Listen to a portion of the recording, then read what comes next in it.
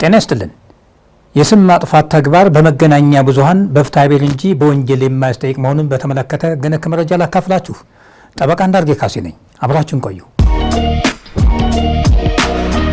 አንድ አዋጅ ሲወጣ የአዋጁ አጠቃላይ ዓላማ የሚንጸባረቅበት ክፍል የአዋጁ መግቢያ ሲሆን በዚህ መሰረት የመገናኛ ብዙሃንን አዋጅ ለማውጣት ገፊ ምክንያት ተደርጎ የተያዘው በኢትዮጵያ ሕገ መንግስት እንዲሁም በኢትዮጵያ ላይ ግዴታ የሚጥሉ ዓለም አቀፍ የሰብአዊ መብቶች ስምምነቶች የተረጋገጠውን ሀሳብን በነጻነት በተሟላ መልኩ ተግባራዊ ለማድረግ ከማህበራዊ፣ ኢኮኖሚያዊ፣ ፖለቲካዊና ከቴክኖሎጂ እድገት ጋር የሚጣጣም ሕግ ማውጣት በማስፈለጉ ሀሳብን በነጻነት የመግለጽና የመገናኛ ብዙሃን መብቶች በሕገ መንግስቱ የተረጋገጡ ሌሎች ሰብአዊ መብቶችንና ነጻነቶችን ለማረጋገጥ ያላቸውን ፋይዳ በመገንዘብና በሀገራችን ዲሞክራሲ ስርዓትን ለመገንባት የሚደረገው ጥረት ስኬታማ እንዲሆን መገናኛ ብዙሃን የሚጫወቱት የማይተካ ሚና በመረዳት ይህን ሁኔታ ሊያስተናግድ የሚችል ሕግ ማውጣት በማስፈለጉ መገናኛ ብዙሃን የህዝብን ሰላምና ደህንነት እንዲሁም ተጻራሪ መብቶችና ጥቅሞችን ባከበረ መልኩ በኃላፊነት መንቀሳቀሳቸውን ማረጋገጥና በሕግ መሰረት እንዲሰሩ የሚያስችል የሕግ ማዕቀፍና ስርዓት መዘርጋት በማስፈለጉ የመገናኛ ብዙሃን አዋጅ ሊወጣ ችሏል።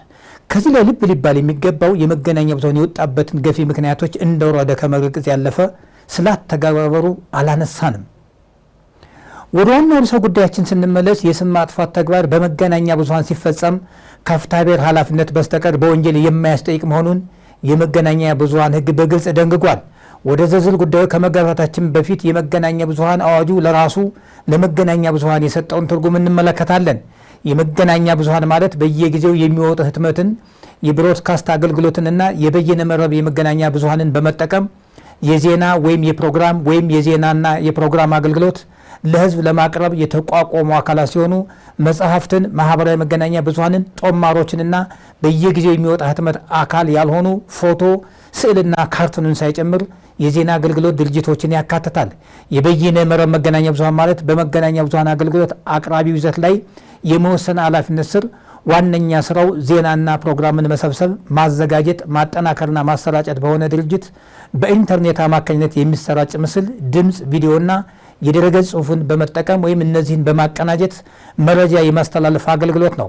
ፌስቡክ፣ ቲክቶክ፣ ቴሌግራምና መሰል የኤሌክትሮኒክስ ሚዲያዎችን ይጨምራል። ምንም አይነት የህዝብ ጥቅም በሌለበት በግለሰቦች ላይ ከሚፈጸም በስተቀር የመጉዳት ሀሳብ ከሌለና የንግግሩ ይዘት እውነተኛ የሆነ እንደሆነ የንግግሩን እውነተኛነት ለማረጋገጥ ተቀባይነት ያላቸውን አካሄዶችና መንገዶች ሁሉ ተጠቅሞ ያገኘው መረጃ ትክክለኛ እንደሆነ በቅንነት በማመን ያደረገው ንግግር ከሆነ ወይም ለህዝብ ጥቅም ሲባል የተደረገ ንግግር ከሆነ በስም ማጥፋት ተፈርጀው የፍትሐብሔር ተጠያቂነት አያስከትሉም።